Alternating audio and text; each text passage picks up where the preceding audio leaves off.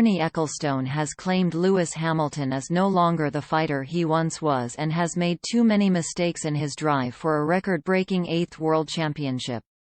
In an interview with the PA news agency ahead of this weekend's British Grand Prix, F1's former Supremo said Hamilton could yet walk away from his new 2-year £80 million Mercedes contract, praised the Briton for standing up against racism and took aim at his successors for messing around with history ahead of the sport's first sprint race at Silverstone.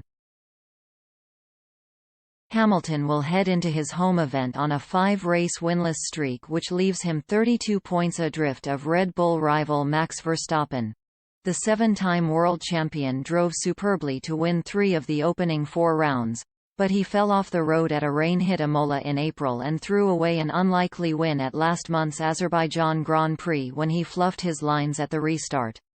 He finished 4th on his last outing in Austria after damaging his Mercedes. "I have spoken to lots of people about this, and perhaps Lewis is not quite the fighter that he was," said Ecclestone. "There are lots of occasions this year where he could have done better and he hasn't. He hasn't had any competition. The equipment has always been super, and he hasn't really had to make the effort.